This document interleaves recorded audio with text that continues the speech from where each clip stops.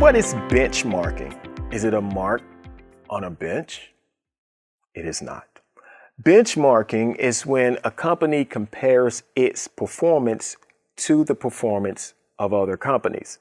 And one thing you want to remember is these companies don't have to be competitors. For example, I work in the higher ed industry. There are aspects in higher ed where products are actually shipped to students. Let's say if you sign up for my institution or organization, you get a free laptop. I have to get that laptop to you to start courses, right? But it takes 21 days for my laptop to get to my students. That's a long time.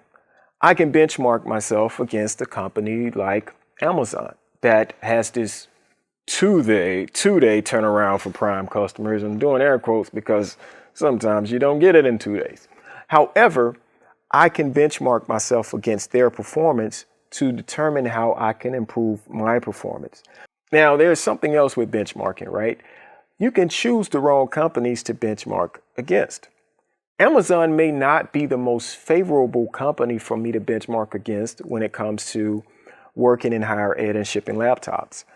Let's say that every other higher ed institution, which may or may not be a competitor, are taking 32 days to get their laptops to students. Then I'm doing pretty good. However, my performance wants to be, if I want to improve my performance, I can benchmark against a different type of organization. We do not have to be in the same industry. But sometimes benchmarking against the wrong company can be detrimental for your organization.